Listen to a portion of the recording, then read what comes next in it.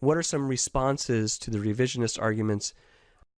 I gave you a portion of Richard Hayes's Moral Vision of the New Testament to read. Hayes is, by all accounts, a brilliant New Testament scholar, highly respected, not in any way a fundamentalist.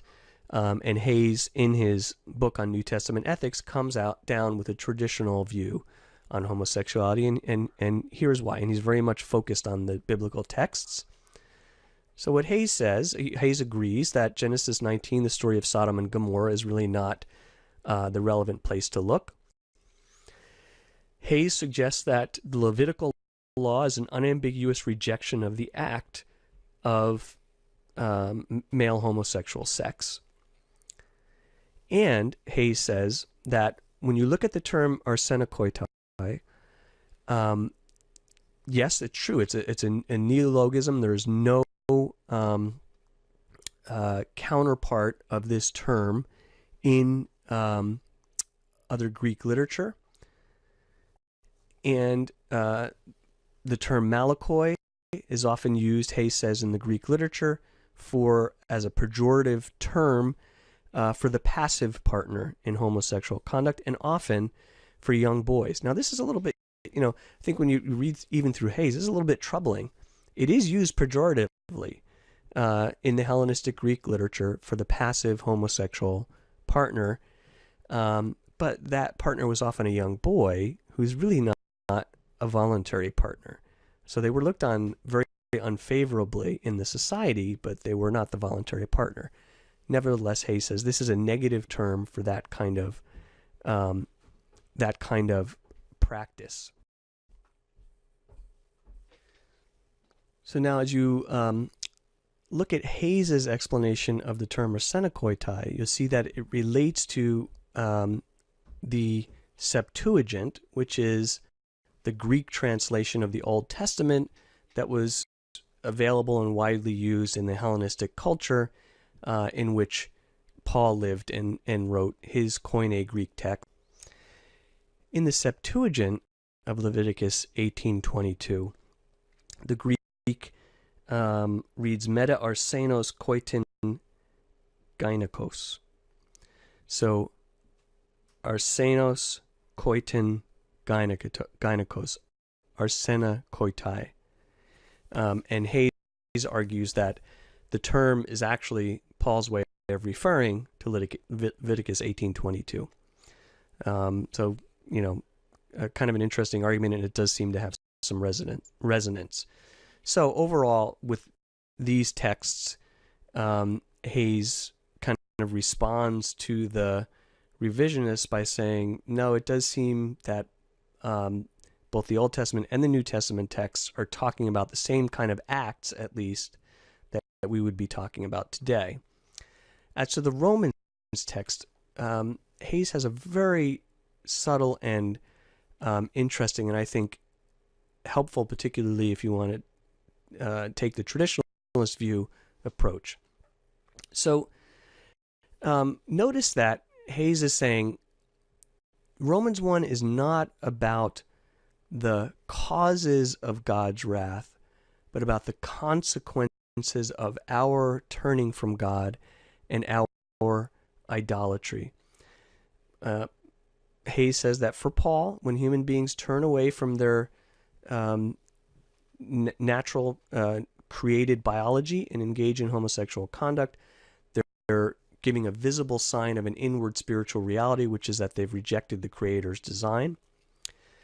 And Hayes notes that Paul's Hellenistic Jewish context historically was very negative toward homosexual conduct of all kinds, and that therefore within his context, Paul's readers would share this broadly negative judgment that this kind of culture, there's nothing unusual about this, that what Paul is saying, true, they didn't have kind of an understanding of a committed monogamous gay relationship, but they had a negative understanding overall of the conduct, and that's what Paul is unambiguously reflecting.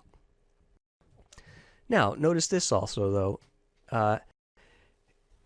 Hayes is saying that this is not a text of specific judgment against a certain kind of person. So to try and use this text to suggest that, homosexual conduct is particularly wrong and evil and a cause of God's judgment is simply not correct. According to Hayes, that's not what Paul is doing. But Paul is saying that within the whole context of the disordered condition of humanity, Hayes says that this is really a broad statement about what it means, part of what it means to turn from God's design. Yet, note this, again, if you want to take a traditionalist position on based on Romans 1, Hayes notes this, immediately in Romans 2, Paul sums up his whole argument, which isn't to point to any other particular group, but to point the finger back at himself and his readers. Therefore, you have no excuse, whoever you are, when you judge others. For in passing judgment on another, you condemn yourself, because you, the judge, do the very same things. So, for Paul, self-righteous judgment of homosexuals is just as sinful as what he considers the behavior itself to be. The point is not to look at some other group and condemn them. The point is to realize that the entirety of human conduct, your own conduct, as the reader of Paul's text, is disordered. So Hayes goes on to say that if you want to create an ethical framework, an ethical standard for how homosexual practice should be thought of, you can't really point to Romans 1 and say this is an absolute clear rule about every kind of homosexual conduct. It's not giving us rules. It's not giving us deontological rules. It's giving us Paul's diagnosis of the overall human condition, which includes this understanding of homosexuality.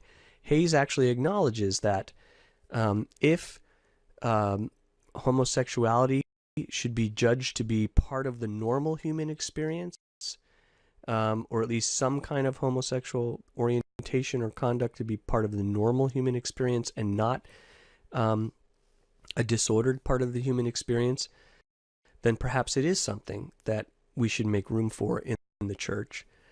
But Hayes isn't there. Hayes does say that evidence is kind of ambiguous, and that there's an overall principle about glorifying God in your body, with specific kinds of conduct that ought to make us think that this is not something we can simply accept, and that for Hayes, we still have to come down to the ultimate judgment that homosexual practice is viewed in the New Testament as a distortion of God's order for creation. Now, I really recommend that you read the Hayes text overall, because if you're going to take a traditional position, I think Hayes does a very good job about kind of nuancing and mediating how you would really think that through and what that would really mean for how you relate to other people and for the life of the church.